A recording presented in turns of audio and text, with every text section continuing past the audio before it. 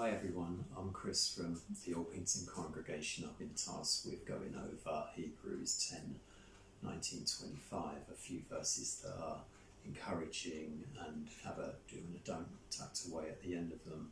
I'll be presupposing that it was actually Paul who wrote Hebrews, so if he didn't, then I'm kind of stuffed.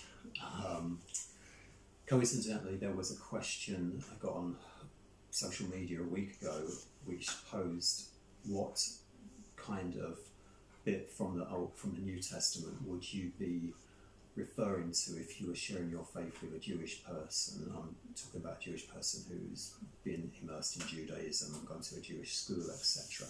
And the consensus was that it would be the book of Hebrews, obviously not stuff like Matthew 27-25, but Hebrews was the consensus, so we're in the right place at the right time here. Now, I sometimes wonder what characters in the Bible would do if they were walking around, what job they would have. And for Paul, I've got him down as a professional fact checker. He'd be politicians and activists nightmare. He'd be debunking all their claims, etc. He wouldn't be very popular. Why? Because he was a kind of an analytical, very rational-based person. You can see that all the way through in the letters that he wrote.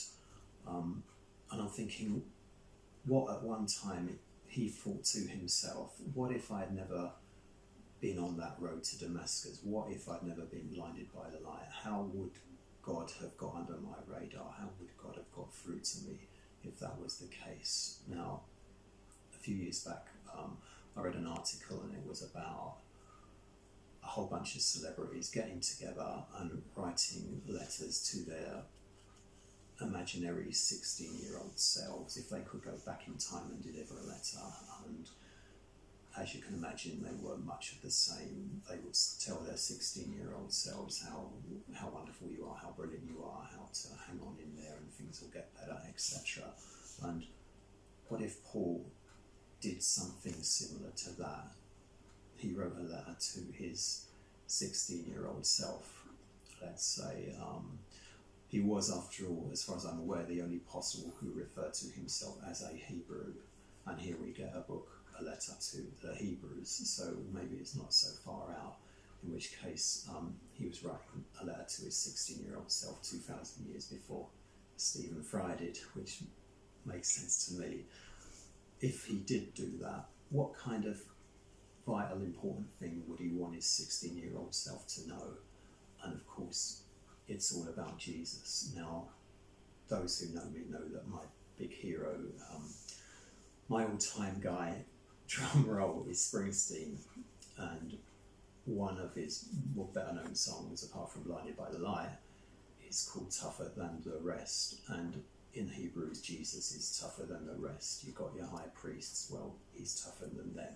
You've got your prophets, well, he's tougher than them. You've got your angels, no contest, he's tougher than them.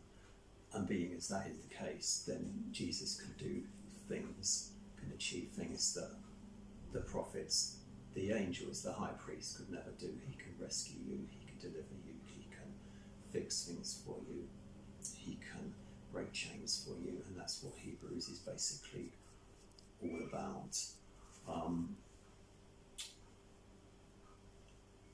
And that's not all. We all know that as far as what Jesus can do is concerned, we ain't seen nothing yet. You can check out spoilers in the Old Testament for that. Psalm 2, for example. Going back to Hebrews 10, 19-25, that's simply all about how we can exchange the Old Testament rituals, etc., which were, after all, just pointers to what has just happened in the last 30 years of Hebrews, i.e.